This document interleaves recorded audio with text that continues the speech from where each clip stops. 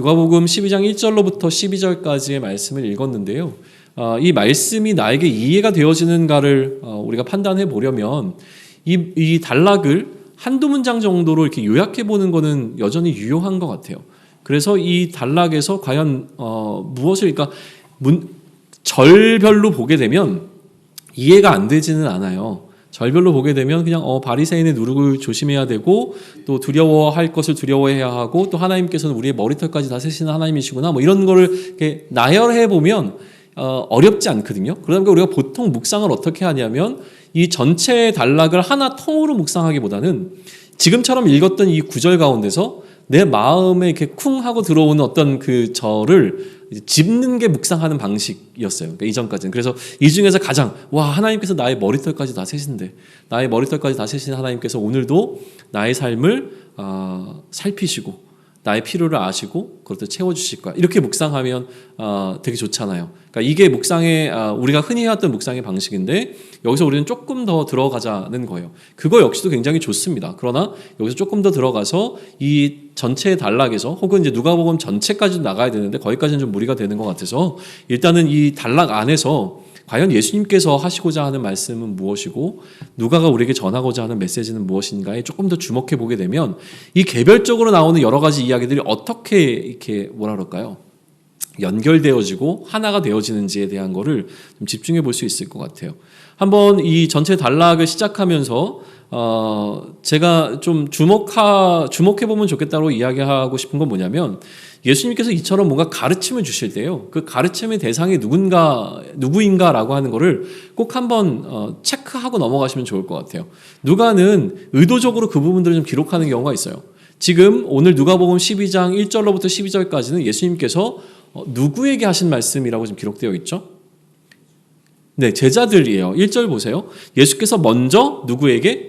제자들에게 말씀하실 때, 그러면 예수님께서 말씀하실 때 무리에게 말씀하시거나 바리새인들에게 말씀하시거나 아니면 혹시 제자들에게 말씀하시거나 대상에 따라서 이 전달하는 방식이 좀 차이가 있어요.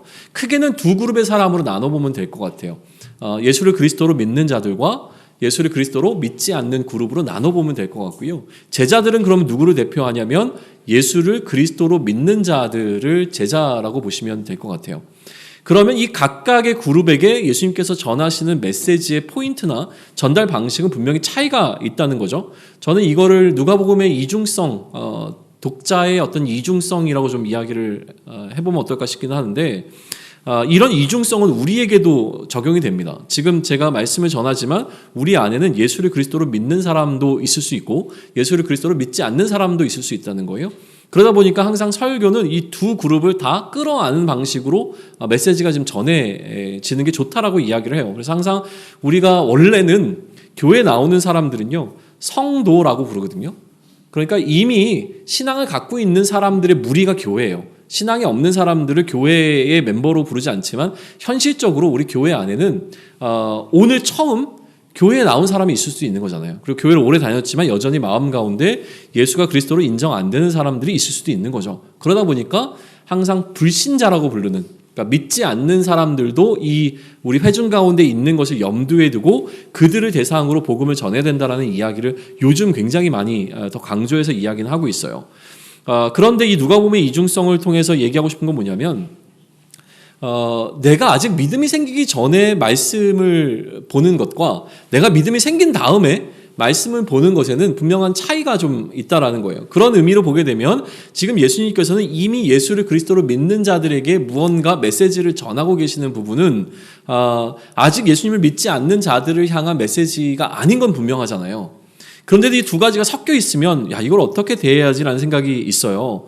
기본적으로 누가복음은 데오빌로라고 하는 사람에게 쓰여진 책이잖아요. 그러니까 믿음이 아직 제 생각에는 온전하지 않은 자를 위해서 복음을 그들을 위해서 설명하는 방식으로 쓰여진 책이란 말이에요. 그런데 그 쓰여진 책 가운데서 예수님께서 이미 믿는 자들에게 하셨던 메시지가 담겨 있어요. 그럼 이거의 역할이 뭐겠느냐를 한번 생각해 보세요. 아직 믿음이 없는 사람들에게 예수님께서 믿는 사람들에게 주신 메시지를 기록해 놓았다라고 하는 것은 어떤 역할을 감당하게 하는 걸까요? 그 질문 한번 던져볼 수 있을까요? 지면은 제한적이잖아요. 그러면 아직 예수를 그리스도로 믿지 않는 자들에게 어떻게 하면 예수님을 그리스도로 믿는지에 관한 이야기만 해도 충분할 텐데 그게 아니라 지금 이미 믿고 있는 자들에게 예수님께서 말씀하시는 그 메시지를 여기다 담아놨단 말이에요. 그 의도가 뭘까요? 저는 뭐 여러 가지로 이야기할 수 있지만 크게 이 두 가지는 꼭 한번 생각해 봐야 될 것 같아요. 뭐냐면 그처럼 믿는 자들의 삶에 관한 이야기를 한다는 것은 이 삶 자체가 아직 믿지 않는 사람들에게 어떻게 보여야 되겠어요? 매력적으로 보여야 될 거예요. 믿는 자들의 삶에 관한 이야기를 할 때요, 이 삶이 아직 믿지 않는 사람들에게 굉장히 부담이 되거나 아니면 뭔가 손해가 되는 것처럼 느껴지는 이야기를 하는 것 자체가 앞뒤가 안 맞잖아요. 소위 얘기하면 이렇게 복음을 가지고 영업을 띄워야 되는데, 그런데 만약에 당신이 복음을 받아들이게 되어지면 이처럼 힘들어질 거예요, 이처럼 어려울 거예요, 이것처럼 매력이 없을 거예요, 이런 얘기를 하게 되면 누가 복음을 사겠어요? 그러다 보니까 지금 예수님께서 자신을 그리스도로 믿는 자들에게 하는 이 이야기는 우리가 판단했을 때는 그게 무언가 좀 손해보는 것 같고 가치가 없어 보이지만, 사실 이 얘기를 한다는 건 그 얘기가 갖고 있는 어마어마한 매력이 거기 안에 담겨 있다라고 하는 전제를 우리는 깔고서 묵상을 해야 된다는 거죠. 자, 그러면 이 얘기가 굉장히 힘들어 보이는데 그럼에도 불구하고 이 얘기가 담겨 있는 보석처럼 빛나는 뭔가 매력은 무엇일까에 대해서 자꾸 질문을 던져야 되는 거예요. 이건 좀 아닌 것 같아. 어떻게 내 뺨을 한쪽을 때렸는데 다른 쪽을 돌려대. 야, 이렇게 복음을 전해가지고 되겠어? 라고 생각하는 건 나의 판단이고, 근데 그렇게 말씀하시는 그 그리스도의 질서를 왜 얘기하고 계시는가에 대해서 더 깊이 얘기하고 그거를 전했을 때 아직 예수를 그리스도를 믿지 않는 자들 가운데 어떤 생각이 들겠어요? 매력적인 부분들이 반드시 있을 거라고 하는 것을 신뢰하는 마음으로 일단 말씀을 봐야 하는 것이고요. 두 번째는 무엇이냐면, 결국 예수님께서 계속 얘기하시는 건 뭐냐면, 우리가 예수님을 믿게 되어지면 우리의 삶이 변한다는 거예요. 우리 삶이 이렇게 바뀌어야 된다는 거예요. 그리고 오늘도 그 이야기를 하세요. 예수를 그리스도로 믿는 제자들에게 너의 삶이 이렇게 바뀌어야 된다는 이야기를 하시는 거예요. 너희가 만약에 믿는다면 이렇게 해야 돼 라는 말씀을 하시는 거죠. 그러면 그렇게 삶이 변화되어져야 결국은 복음이 믿지 않는 사람들에게로 들어갈 수 있다라고 하는 것도 여기서 담아내고 있는 거죠. 이 두 가지 관점을 꼭 기억하시면 좋을 것 같아요. 복음을 전제로 해서 예수님께서 말씀하시는, 제자들에게 하시는 말씀은 우리가 이것을 세상적인 기준의 가치가 있다 없다라고 판단하기 이전에 이 안에는 엄청난 복음적 가치가 담겨 있다라고 하는 사실을 첫 번째 인정하고요. 두 번째는 그처럼 우리 삶이 바뀌게 되어지면 이 바뀐 삶을 통해서 여전히 복음을 받아들이고 있지 않은 이들에게 복음은 흘러들어갈 거다라고 하는 이 두 가지 전제를 놓치지 않는 상황 속에서 이야기를 좀 살펴보면 좋을 것 같아요. 그러면 그렇게 예수님께서 지금 이 본문을 통해서 하시는 말씀의 핵심은 뭐냐는 거예요. 예수님께서 제자들에게 지금 던지고 계시는 그 메시지의 핵심은 뭐죠? 1절에 보시면 끝부분에 뭐라고 기록되어 있습니까? 말씀하여 이르시되 어떻게 하라? 바리새인들의 누룩 곧 외식을 주의하라. 이게 예수님께서 제자들에게 던지신 핵심 메시지잖아요. 그죠? 이게 가장 중요한 메시지인 거죠. 어렵습니까? 대충 이 얘기만 들어도 무슨 얘기인지 알 것 같잖아요. 누룩은 어떤 성질이 있죠? 부풀리는 성질이 있죠. 그러니까 원래 재료보다 훨씬 더 크게 만드는 것을 효과를 가져오게 되는 게 누룩이잖아요. 그러다 보니까 이것을 뭐라고 얘기하냐면 외식이라고 이야기를 해요. 자, 그러면 외식하는 것을 지금 누룩이 빵을 부풀리는 것과 같은 어떤 이런 것에 비유하셔서 바리새인들의 누룩을 주의하라라고 얘기를 하셨잖아요. 그러면 외식이 뭐겠느냐라는 질문을 좀 던질 수 있어요. 그 외식은 누룩 같은 것이다라고 하는 것에서 일단 우리는 1차적인 정의를 내리고 그 다음에 이제 외식을 조금 더 우리가 살펴봐야 할 텐데, 그러나 외식이 무엇인가라고 하는 이야기를 4절에서 지금 하시기 전에 2절과 3절에서 무언가 예수님께서 하나 더 추가해서 이야기하고 계시는 부분이 있어요. 2절과 3절에서는 무슨 이야기를 하고 있죠?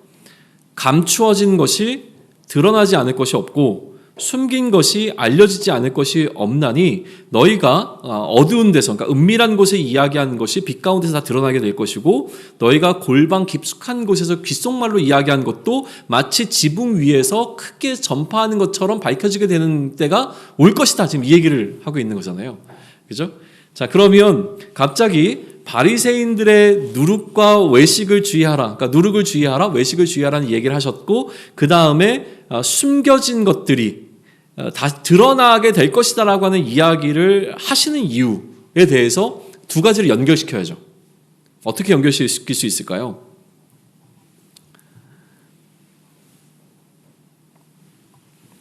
우선은 진짜는 숨겨지지 않는다는 거예요. 거짓으로 우리가 감추어진 것은 언젠가는 다 드러나게 된다는 게 기본적인 여기서 이야기하고 있는 거잖아요. 사람들 앞에서 드러나지 않을 수도 있어요. 사람은 충분히 속일 수 있습니다. 저도 여러분을 속일 수 있고 여러분도 저를 속일 수 있습니다.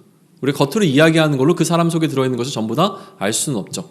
그러나 어디서 이게 가장 분명하게 드러납니까? 우리가 코람데오라고 얘기하는데 하나님 앞에 섰을 때 이 모든 것은 완전하게 드러나는 시간이 온다라고 하는 것이죠. 그 어떤 것도 감춰질 수 없는 그 시기가 온다라고 하는 거예요. 제가 이렇게 뭐 양복 입고 이렇게 앞에 서가지고 뭔가 말씀 전하고 그러니까 마치 이 말씀을 전할 수 있을 만한 자격이 되는 것처럼 이렇게 서 있지만 실제로 제 안에 들어있는 이 감출 수 없는, 여러분들 앞에서는 감출 수 있지만 하나님 앞에서 감출 수 없는 것들을 드러내놓고 이 앞에 펼쳐놓고 제가 말씀을 전한다면 아무도 사실은 제 이야기에 귀 기울이지 않을 거예요. 저런 사람이 전하는 메시지가 무슨 의미가 있겠어라는 생각을 갖게 되니까 안 듣겠죠.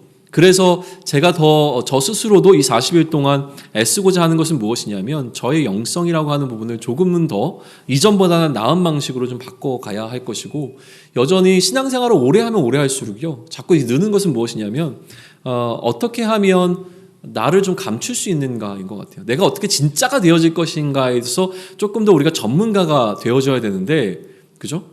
조금씩 우리가 신앙생활을 하면 할수록 내가 진짜가 되어져 가야 되는데, 여러분은 어떠세요? 진짜가 되어가고 있는 것 같으세요? 근데 저는 저에 대한 심각한 반성은 뭐냐면, 진짜가 되어진다. 물론 이제 건강하게 변하고 있는 부분도 있어요. 너무 이렇게 또 여러분의 목사를 너무 이렇게 비하하지 않으셨으면 좋겠는데, 나름대로 이전보다는 건강해지고 있는 부분들이 분명히 있어요. 그런데 또 한쪽 편으로는요, 점점 더 목사스럽게 행동하는 게 무엇인지에 익숙해지면서 나 자신을 어떻게 하면 잘 감출 수 있는지, 목소리 톤을 어떻게 바꾸고 표정을 어떻게 관리하고 또 어떻게 대화를 이끌어 나가면 내 속에 있는 나의 진짜 마음을 감추고 상대방에게 마치 내가 상대방을 굉장히 막 사랑하고 있는 것처럼 보여줄 수 있는지, 그 스킬을 배워나간다는 생각이 되게 많이 들어요. 그럴 때마다 이제 마음속이 되게 불편한 거죠. 그래서 저에게도 이 40일은 너무나 필요합니다. 가짜를 통해서 나를 이렇게 포장하는 방식이 아니라 오히려 내가 진짜가 되는 방식으로 한 걸음씩 더 나아갈 수 있는 시간이 되면 좋겠고, 여러분도 그럴 수 있으면 좋을 것 같아요. 왜냐하면 언젠가는 다 드러나기 때문에 그래요. 언젠가는 다 드러납니다. 우리가 얼마나 더 속일 수 있을까요? 얼마나 더 숨길 수 있을까요? 언젠가 다 드러나는 그날이 반드시 올 거라고 하는 그 사실 속에서 이 이야기를 우리는 좀 살펴보면 좋을 것 같아요. 자, 그러면 4절을 근거로 해서 바리새인들의 누룩이 무엇인지 한번 생각해 보실래요?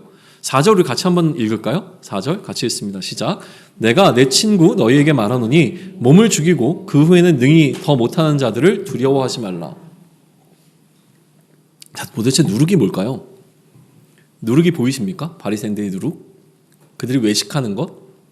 자, 누룩은 뭐라 그랬어요? 실제로 그들이 갖고 있는 것보다 뻥튀기 하는 거. 그죠? 그들이 갖고 있는 능력보다 훨씬 더 있어 보이게 만드는 어떤 것. 외식하는 것. 그럼 4절을 근거로 해서 한번 우리가 생각을 해보는 거죠. 4절을 근거로 해서 지금 바리새인의 외식은 제자들을 어떻게 하는 것이겠어요? 제자들을 죽음이라고 하는 그 공포 속에서 그들을 두렵게 만드는 것 아니겠어요? 그죠? 4절을 보시게 되면 몸을 죽이고 그 후에는 능히 더 못하는 자들을 두려워하지 말라고 이야기하잖아요. 아마도 이 바리새인들은 누룩이라고 하는 그들의 능력을 부풀려서 그들이 무언가 굉장히 지금 제자들을 위협을 했는데 어떻게 위협을 한 거예요? 죽여버리겠다고 위협을 한 거겠죠. 이유는 아직까지는 드러나지 않아요. 그러나 분명한 것은 바리새인들에게 이들이 바리새인을 두려워해야 하는 어떤 이유가 있었는데, 그들에게 내가 무언가를 잘못하면 나는 죽을지 몰라라고 하는 두려움 가운데 제자들은 떨게 되었다는 거죠. 그래서 예수님께서는 뭐라고 얘기하세요? 그들 두려워하지 않아도 괜찮아. 그들이 실제 자신들이 갖고 있는 것보다 훨씬 더 자기 스스로를 부풀려서 너희를 두렵게 만들고 있는 중이니까 그들을 두려워하지 않아도 괜찮아. 지금 그 얘기하고 있는 거잖아요. 거기까지 되시죠? 재밌지 않으세요? 이런 재미가 좀 있으셔야 되는데 이렇게 말씀을 막 보면서 이런 거구나 이렇게 되어지는 조금 더 재미를 찾아가 보죠. 4절과 5절에서 그러면 정말 두려워하지 말 것과 두려워해야 되는 것에 대해서 예수님께서는 이제 비교하시면서 얘기하시는데 5절 보시면 그러면 두려워할 것은 뭐냐는 거예요. 너희가 이 바리새인들, 그러니까 사람의 몸은 죽일 수 있지만 그 이후에는 무언가 아무것도 할 수 없는 이 사람들을 두려워하지 말고 누구를 두려워하래요? 죽음 그 이후에도 여전히 너희를 다스리시는 그분을 두려워하라는 거죠. 그러니까 바리새인이 더 두려운 존재가 아니라 죽음으로 끝나는 인생이 아니기 때문에 죽음 이후에도 여전히 너희의 삶에 있어서 너희의 삶을 통치하시고 다스리시는 그 존재 누구겠어요? 하나님을 두려워하라는 거예요. 여전히 바리새인들에게 바리새인들의 어떤 뭐라 그럴까요? 협박이나 아니면 그들의 위협 때문에 두려워하게 되어지면 이건 어떤 이야기를 전제하고 있죠? 그들을 두려워하기 때문에 너희가 하나님을 두려워하지 않게 되면 이후에 너희가 죽음 이후에 하나님 앞에 섰을 때에 그 하나님 앞에서 너희가 이 두려움을 어떻게 해결할 것이냐라는 이야기를 하고 있는 거잖아요. 사람을 두려워하지 말고 그렇게 누구를 두려워하라고요? 하나님을 두려워하라 이거예요. 자, 그럼 거꾸로 올라가 볼까요? 하나님을 두려워하지 못하게 하는 이유는 무엇입니까? 원인은 뭐죠? 바리새인들이 자신들의 외식을 통하여서 자신들이 굉장한 막강한 힘을 갖고 있다고 얘기를 했고 그래서 하나님을 섬기고자 하는 어떤 사람들의 그 섬김을 막아선 거죠. 근데 그런 방식으로 하게 되면 율법을 통해서건 어떤 방식을 통해서건 너희는 죽을 수 있어 라고 하는 것 때문에 이 제자들이던 아니면 뭐 사람들이 바리새인들의 이야기에 동조하게 되어지는 이 위험이 있었다라고 하는 것을 우리는 알 수가 있는 거예요. 자, 바리새인들은 누구죠? 율법을 굉장히 사랑하는 자들이었어요. 율법을 사랑한다는 건 기본적으로 하나님 앞에서 그들이 열심으로 신앙생활을 하려고 했던 사람들이라고 우리는 볼 수 있어요. 무조건 정치적이고 나쁜 사람들이라고 보지 말고 그들은 경건한 자들이었고 하나님 앞에서 그들의 신앙의 문제를 잘 해해 나가려고 했던 사람들인데 그런데 이들이 하나님을 섬기려고 하는 사람들을 막아선다라고 하면 도대체 뭐겠어요? 그 질문을 던져야죠. 자, 내가 신앙생활을 이제 이렇게 표현할까요? 이게 적절한 예언인지는 잘 모르겠지만 40일 2019년을 잘 마무리하고 2020년을 이제 새롭게 하기 위해서 내가 40일을 결단하고 신앙생활을 열심히 할 거야 라고 했는데 갑자기 담임 목사가 그러지 말래요. 너 그렇게 하면 죽어? 막 이러는 거예요. 예배도 드리러 오지 마. 성경책도 갖고 다니지 마. 이렇게 얘기할 수 있을까요? 아니잖아요. 그러니까 뭔가 하나님을 위해서 헌신한다고 하는 사람에게 하나님을 사랑하는 사람이 그 하나님을 사랑하는 방식을 막아선다는 게 도대체 뭐냐는 거죠. 이 부분이 이해돼야죠. 그의 생명을 위협하면서까지도 너 그렇게 하면 큰일 나라고 이야기하면서 그 사람을 막아설 만한 이유가 무엇이겠느냐라는 질문을 던지고 거기에 대한 답을 얻어야 하는 거예요. 그런데 우선 그 이야기를 하기 전에 예수님께서는 무슨 이야기를 하시냐면 하나님을 두려워해야 하는데 이 제자들은 하나님을 두려워하지 않아도 된다라는 이야기를 하세요. 그 부분도 해결하고 가야 될 것 같지 않으세요? 6절과 7절에 무슨 이야기가 되어 있습니까? 참새 5마리가 2 아시리온에 팔리는 것이 아니냐? 그러나 하나님 앞에서는 그 하나도 잊어버린 바 되지 않는다. 자, 이게 무슨 얘기예요? 우리는 우리의 소유를 팔고 나면 그 소유를 금방 잊어버립니다. 그런데 하나님께서는 그 모든 것들도 다 기억하고 계신다는 거예요. 그런 하나님께서 목까지도 세서 아신다고요? 우리의 머리털까지도. 머리털 한번 세보신 적 있으신가요? 불가능한 일이잖아요. 우리 머리카락의 숫자가 몇 개인지 우리가 늘 기억하고 있을 상황도 아니고 그러나 우리가 알지 못하는 그것을 하나님께서는 알고 계신다. 그렇게 세밀하게 하나님께서는 우리의 모든 것을 다 알고 계시고 또 그렇게 아신다는 것은 무엇이냐면 하나님께 우리가 어떠한 존재라고요? 사랑받는 존재이고 소중한 존재라는 거예요. 그게 전제되어 있는 거예요. 그러니까 참새보다도 훨씬 더 귀하게 여김을 받고 있으니까 그렇기 때문에 어떻게 하지 말래요? 두려워하지 말라는 거예요. 그러니까 개별적으로 보면 이 메시지가 다 무슨 얘기인지 알 것 같은데요. 그럼 이거를 다 섞어보죠. 섞으면 이게 도대체 무슨 얘기냐는 거예요. 바리새인들이 너희를 위협하는 것을 두려워하지 말고 하나님을 두려워하라. 그런데 너희는 하나님을 두려워하지 않아도 되는 이유는 무엇이냐면 너희가 참새보다 귀하니까. 자, 완벽하게 이해가 되십니까? 저는 이해가 잘 안 됐어요. 도대체 무슨 얘기야? 알 것 같은데 도대체 알 거는 같은데 되게 뭔가 애매한 부분이잖아요. 뭐지? 라는 질문을 던지는 거죠. 뭐지에 대한 답을 좀 얻어야 되는데 우리를 잊지 아니하시고 우리를 귀하게 여기신 그 하나님의 속성이 나를 두렵게 만드나요? 아니면 안도하게 만드나요? 이 질문부터 먼저 한번 던져보세요. 여러분 각자에게. 자, 하나님은 잊어버리지 아니하시는 하나님이세요. 또 하나님은 우리의 머리카락까지도 다 세시는 하나님이세요. 또 하나님 어떤 분이십니까? 우리의 모든 것을 우리가 감추려고 시도하는 모든 것들을 다 알고 계신 하나님이에요. 그런 하나님 딱 얘기하면 이 하나님이 그래서 참 행복하다. 그래서 참 감사하다는 마음이 드세요? 아니면 그런 하나님 얘기하게 되면 큰일 났는데? 나 지난번에 껌 하나 훔쳐먹은 거 되게 마음에 여전히 걸리는데 이런 생각이 드세요. 어느 쪽에 더 가까우세요? 생각할 시간을 좀 드립니다. 여러분에게 하나님은 두려운 존재인가요? 아니면 나를 안도시키고 내가 정말 편안한 어떤 그 마음을 갖게 하는 두려움으로부터 내가 벗어날 수 있게 만들어 주시는 하나님이신가? 자, 어떤 거 같으세요? 케이스에 따라 다르겠죠. 그죠? 어떤 케이스냐에 따라 다를 거예요. 그러면 지금 중요한 건 무엇이냐면 예수님이 지금 어떤 케이스를 다루고 있느냐를 먼저 이야기를 하셔야 돼요. 그죠? 이거를 모든 상황에 적용할 수 있는 건 아니에요. 그러다 보니까 지금 예수님께서 말씀하고 있는 이 케이스 속에서 왜 하나님이 이런 속성과 성품을 이야기하고 있는가를 질문해야 하죠. 지금 예수님께서 말씀하시는 케이스는 뭐죠? 그게 8절과 9절이에요. 예수님이 다루시는 케이스, 여기서 벗어나면 안 되는 거죠. 8절과 9절을 같이 한번 읽을까요? 시작. 내가 또한 너희에게 말하노니 누구든지 사람 앞에서 나를 시인하면 인자도 하나님의 사람들 앞에서 그를 시인할 것이요 사람 앞에서 나를 부인하는 자는 하나님의 사자들 앞에서 부인을 당하리라. 자, 이슈가 뭡니까? 이제 등장했죠. 부인하는 거예요. 부인하는 거. 하나님의 사자들 앞에서 자 보세요. 내가 또한 너에게 말하니 누구든지 사람 앞에서 나를 어떻게 하면? 시인하면. 나가 누구입니까? 예수님이요. 예수님을 시인한다는 건 뭐예요? 예수님을 그리스도로 인정하면 이 얘기예요. 그럼 키 이슈는 뭡니까? 오늘 본문 속에서 예수님을 그리스도로 인정하고 있느냐 이 이슈인 거죠.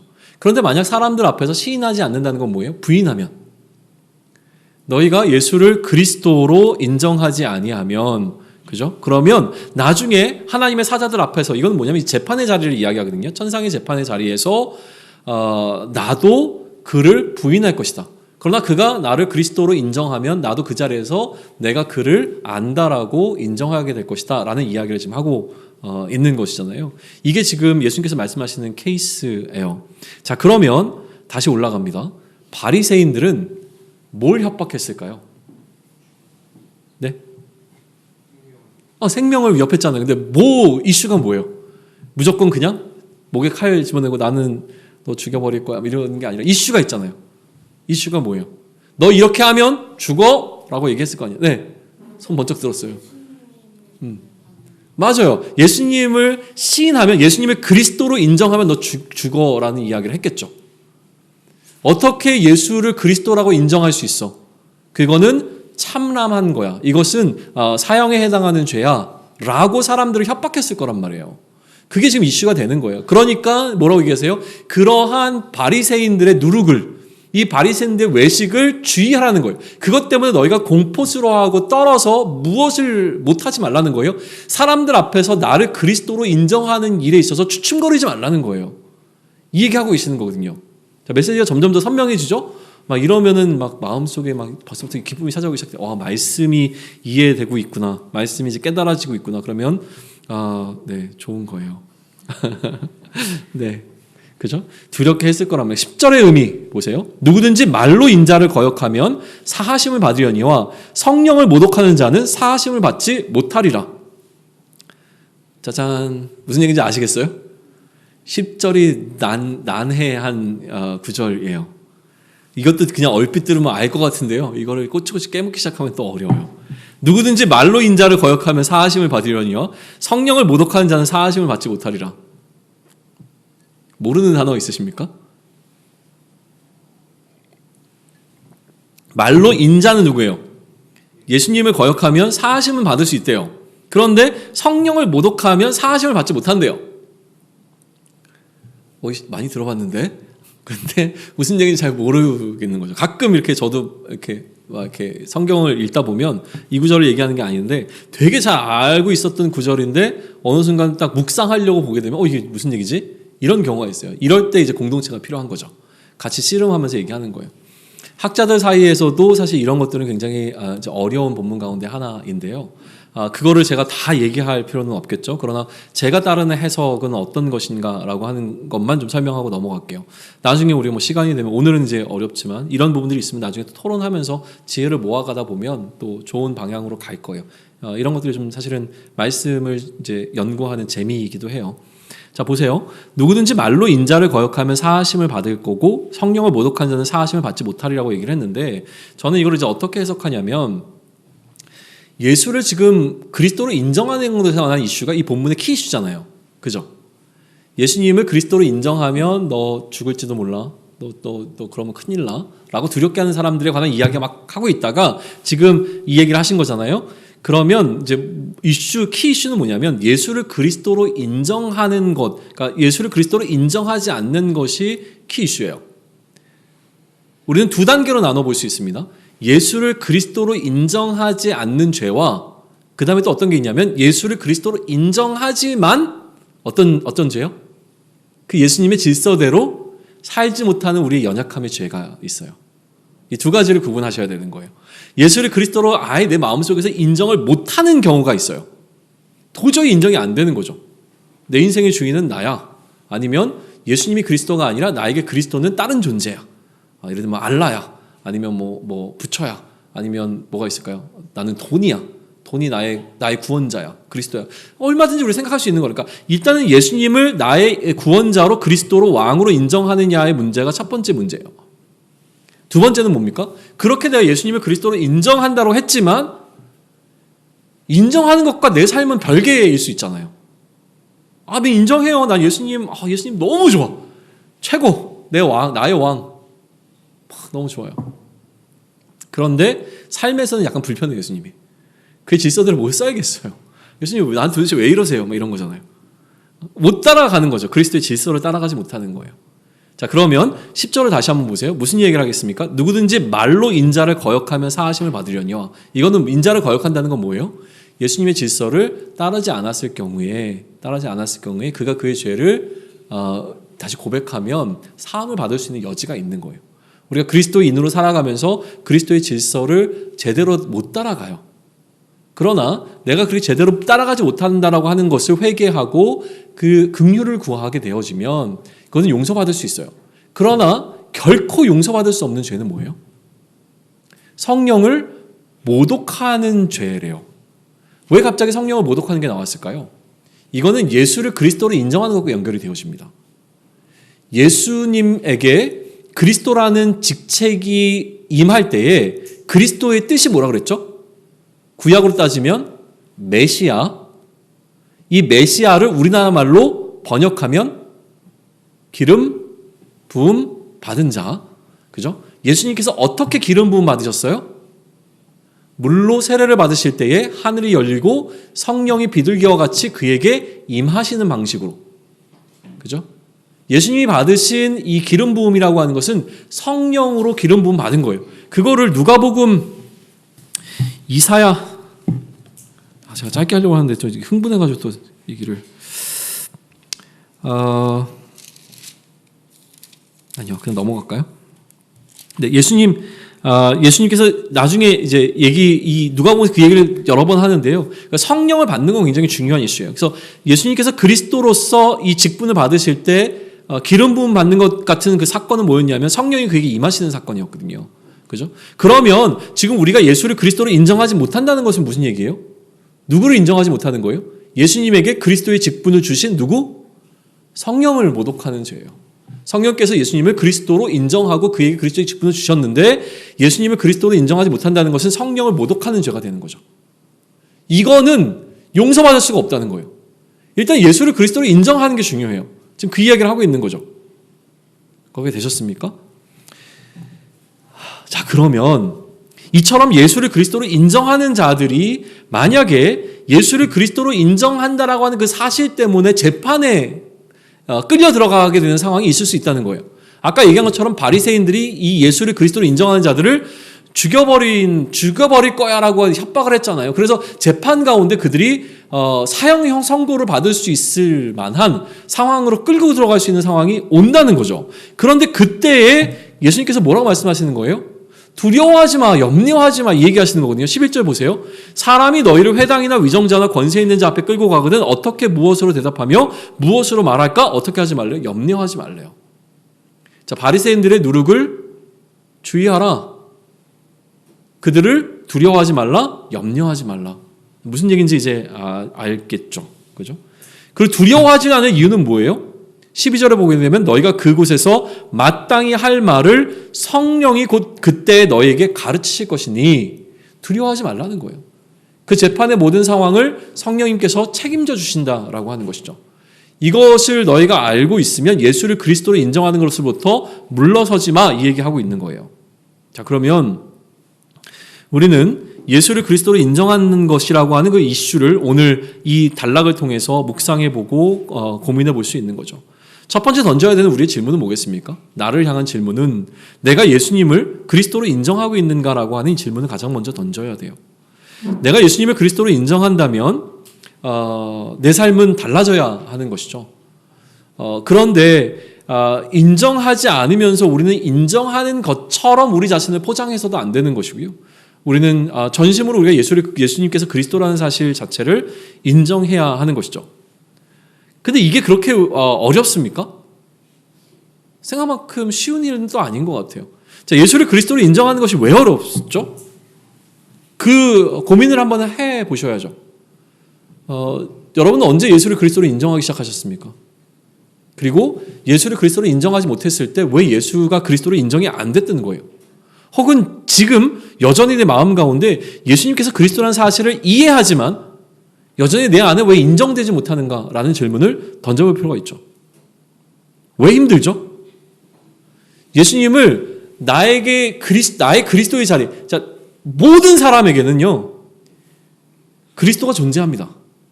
아까도 얘기했지만 나를 구원해 줄 만한 어떤 존재가 있어요. 이게 하나님이 아닌 경우에는 전부 다 우리가 우상이라고 부르는 것뿐이지 모두 우리가 신뢰하고 의지하는 존재가 있어요. 왜냐하면 기본적으로 우리 사람은 먹어야 사는 존재로 만들어졌기 때문에 그래요. 의존적인 존재예요. 사람은 스스로 할 수 있는 게 하나도 없어요. 우리가 생산할 수 있는 게 뭐가 있어요? 그러니까 무언가에다 의지를 해야 되는데 이 의지를 할 수 있게끔 되어지는 어떤 것이 존재하다 보니까 우리는 이것 가운데 우리의 마음을 담아내죠. 그 의지하고 있는 그리스도가 뭐냐는 거예요. 거짓 신들이라고 이야기하는 어떤 존재에 우리의 마음을 많이 빼앗길 수밖에 없습니다. 그런데 우리는 왜 그 자리에 예수님을 놓지 못하는 걸까요?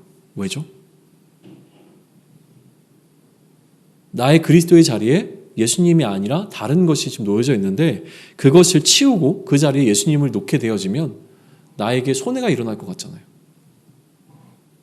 이것이 우리를 두렵게 한다는 거예요. 가장 큰 손해라고 지금 느껴지는 건 뭐예요? 죽으면 어떡하지? 이 공포가 지금 제자들을 두렵게 만들었잖아요. 그래서 지금 예수님께서 하신 이 두려워하지 말라, 염려하지 말라 이 얘기를 오늘 우리의 표현을 하게 되면 뭐예요? 야, 쫄지 마 이거잖아요. 되게 단순한 메시지예요.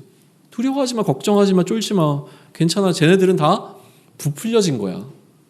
쟤네한테는 그럴 만한 힘이 없어. 쟤네가 정말 힘이 좀 있어가지고 너희의 생명을 너희를 죽인다고 치자. 거기까지야. 그 이후에 너희의 영혼의 문제를 저들은 건드릴 수 없어. 그러니까 지금 여기서 너희가 두려워하게 되어진 어떤 그 상황들 때문에 쫄지 말고 정말 너희가 두려워할 것은 무엇이냐면 너희 죽음 이후에도 여전히 너희를 다스리시는 그 하나님 앞에 설 준비를 너희가 해야 되지 않겠냐. 그것을 위해서 결정적인 사건은 뭐예요? 너희가 지금 나를 그리스도로 시인해야 그때 너희가 하나님 앞에 섰을 때 나도 너희를 안다라고 얘기할 거야. 그러니까 지금 너희가 이 삶 가운데서 나를 몰라요. 예수님은 나의 그리스도가 아니에요 얘기한다면 그때 그 자리에서 나도 너를 부인할 거야가 되어지는 거죠. 그렇죠? 이게 진짜 치욕스러운 일인 것 같아요. 한번 생각해 보십시오. 이 땅을 살아가면서 지금 우리 주변에서 부끄럽다고 느껴지는 상황들을 한번 생각해 보세요.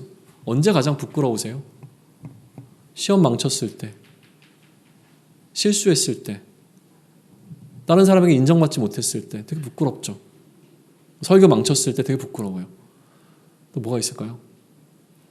하여튼 뭐 되게 부끄러운 건 되게 많아요. 치욕스러운 일도 많죠. 가끔 자다가 이불 발로 차는 경우 없으세요? 전 여전히 있어요. 그게 뭐 있어요? 지원님도 초등학교 때 생각했던 그 쪽팔리는 것도 아직도 머릿속에 기억이 남는 경우가 있어요. 근데 진짜 치욕스러운 건 뭘까요? 근데 어느 순간 가장 두려웠던 건 뭐냐면요. 내가 이 땅을 살아가면서 지원군, 내가 이 땅을 살아가면서 되게 무시했던 사람 있잖아요. 없으세요? 죄송해요. 자꾸 내 기준에서 얘기를 해가지고 나는 가끔 이렇게 무시하는 사람들이 있거든요. 이렇게 드러내진 않지만 그래 너 얼마나 잘 되는지 한번 보자. 막 그러면서 내가 그래도 너보다는 조금 더 잘난 것 같아라는 마음이 들어오는 경우가 있어요. 그리고 나도 모르게 은연중에 무시하게 되어지는 사람들이 있어요. 그러니까 그거를 깨닫게 됐을 때 굉장히 저한테는 좀 충격이었는데 그런데 어느 날 하나님 나라 갔는데 그 사람이 저보다 훨씬 더 영광스러운 모습이 있는 상상을 딱 했을 때 영원토록 그 모습을 봐야 되는 거예요. 물론 죄송해요. 이건 신학적으로 맞는 얘기는 아니에요. 이거 되게 어려운 이야기이긴 해요. 왜냐하면 그 하느님 나라, 하늘 나라에서는 이제 눈물과 시기와 질투 이런 게 없다고 하는데 그냥 이제 인간적인 생각으로 딱 바라봤을 때 와 그러면 어떡하지라는 생각이 좀 들었던 것 같고 혹시 나는 지금 뭔가 내가 이제 목사인데 하나님 나라 못 들어가면 어떡하지? 막 이런 상상을 했을 때 문 앞에서 막 문 좀 열어주세요 막 이러는데 너 누군데 나 너 몰라 막 이런 상상을 할 때 느껴지게 되는 어떤 그 치욕스러움 있잖아요. 막 이런 내가 봤을 때 내가 조금 더 신앙생활 잘한다고 생각했는데 알고 보니까 나는 가짜였고 내가 신앙생활 못한다고 막 지적했던 그 사람이 진짜였어. 막 겉으로는 나 예수님이 안 믿겨져요라고 했지만 그 사람은 진짜 진실되게 그의 마음속으로부터 고민했고 씨름했던 어떤 사람을 사랑받고 있는 그 상황이 오게 된다면 어떡하지? 이런 생각들을 되게 많이 했던 것 같아요. 이건 그냥 이제 한번 말씀을 드린 거고요. 한번 고민해 보시라는 거예요. 우리가 이 땅에서 받게 되는 부끄러움과 나중에 하나님의 그 심판대 앞에 섰을 때 우리가 처하게 될 그 부끄러움의 어떤 무게를 생각해 보시면서 그렇다면 이 땅에서가 아니라 우리는 결국은 하나님 앞에서 어떻게 인정받을 것인가라고 하는 부분을 치밀하게 치열하게 좀 고민해야 되는데 그것을 하기 위한 첫 번째 질문이 우리에게 주어진 거죠. 숙제가 주어진 거죠. 그리스도의 질서를 따른다라고 하는 것, 예수를 그리스도로 인정한다라고 하는 것, 그러나 그것을 두렵게 하는 세상의 이야기는 과연 무엇인가? 이것이 지금 우리가 처음으로 우리 40일을 시작하면서 우리에게 던져진 질문입니다. 앞으로 40일 동안 씨름을 할 건데요. 뭘 위해 씨름할 것인가에 대해서 조금 더 고민하시면서 시작하면 좋을 것 같아요. 그냥 지금처럼 계속 이렇게 신앙생활을 하고 이렇게 살아도 되겠는가라는 질문을 한번 좀 던져보십시오. 지금까지도 못해온 건 아니지만 그렇다고 그렇게 잘해온 것도 아닌 것 같은데 여전히 나는 올 해를 마무리하고 내년을 시작하면서 이전까지 해왔던 방식 그대로 또 똑같은 한 해를 살아가도 괜찮겠는가라는 질문 한번 던져보시죠. 그래도 또 다른 해가 또 주어질 테니까 그리고 또 다른 해가 또 주어질 테니까 근데 언제까지 주어질까라는 얘기죠. 40일 동안 저와 여러분이 함께 던져야 되는 질문은 바로 이 부분이에요. 그냥 지금처럼 여전히 동일하게 우리가 같은 방식으로 살아가도 될 것인가 라는 질문인 거죠. 이 일을 위해서 저는 40일 동안 스스로 악역을 담당할 거예요. 보이지 않는 채찍으로 저 스스로를 또 여러분들을 좀 불편하게 할 겁니다. 가장 불편한 건 뭐냐면 마음이 불편하실 거예요. 40일 동안 막 격려받고 있고 막 응원받고 있다라고 하는 마음이 드실 수도 있지만 그러나 마음이 되게 불편하실 게 분명합니다. 왜냐하면 그 마음을 불편하게 계속 만들 거예요. 네, 마음을 계속 불편하게 만들 거예요.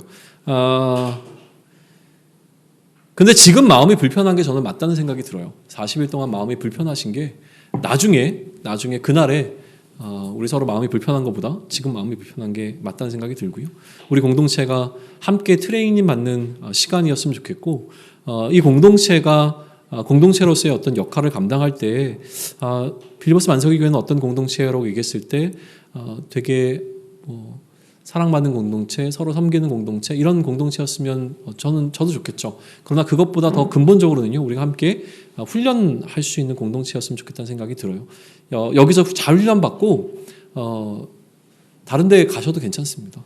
그런데 여기 있는 동안 정말 잘 훈련받았으면 좋겠어요. 그래서 그냥 여기 있었던 동안 내가 정말 치열하게 씨름했고 열심으로 좀 애썼다라는 생각을 좀 가질 수 있을 정도로 이 40일을 좀 보내면 좋겠습니다. 그런데 혼자 하는 건 정말 힘들어요.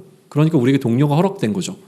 그리고 치열하게 살아가는 사람들이 우리 가운데 있을 때 그 사람으로 인하여서 나는 힘을 얻을 수 있습니다. 다른 것 때문에 힘드는 게 아니거든요. 우쭈쭈 너 잘한다 이런 걸로 힘나지 않아요. 그런데 우리 주변에 있는 나와 너무나 동일한 삶을 살아가고 있는 그가 나처럼 정말로 일상이 너무나 힘든 그 상황 속에서도 치열하게 예수를 그리스도로 인정하고 그리스도의 질서대로 살아가고자 하는 그 모습을 볼 때 우리는 도전받습니다. 그러다 지치면 어떡하지라는 두려움이 좀 있기는 해요. 근데 그게 저한테 던져진 첫 번째 두려움이었던 것 같아요. 제자들에게 지금 주어진 두려움은 뭡니까? 죽음에 대한 공포였어요. 근데 저한테 찾아온 두려움은 뭐였냐면, 이렇게 내가 만약에 공동체를 몰아쳐가기 시작하면 그러면 지치는 사람들이 나와서 포기하게 되는 사람들이 나올 텐데 그러면 어떡하지? 라는 생각이 제 머릿속에 들어오면서 그냥 나이스하게 갈까? 라는 생각이 잠깐 들어왔어요. 이게 이제 저한테 주어진 두려움이라고 하는 거죠. 그런데 그날에 예수님께 기억될 우리를 소망한다면 그래도 40일을 그렇게 보내는 건 의미 있다는 생각이 듭니다. 40일을 시작하는 첫날 우리가 해야 될 것은 명확합니다. 나의 두려움의 문제를 정직하게 드러낼 수 있으면 좋겠습니다. 내가 무엇을 두려워하고 있는가? 저의 두려움은 뭐였는지 방금 얘기했잖아요. 저의 두려움은 그렇게 40일을 몰아쳐가게 되면 중간에 포기하는 사람이 나올까 봐.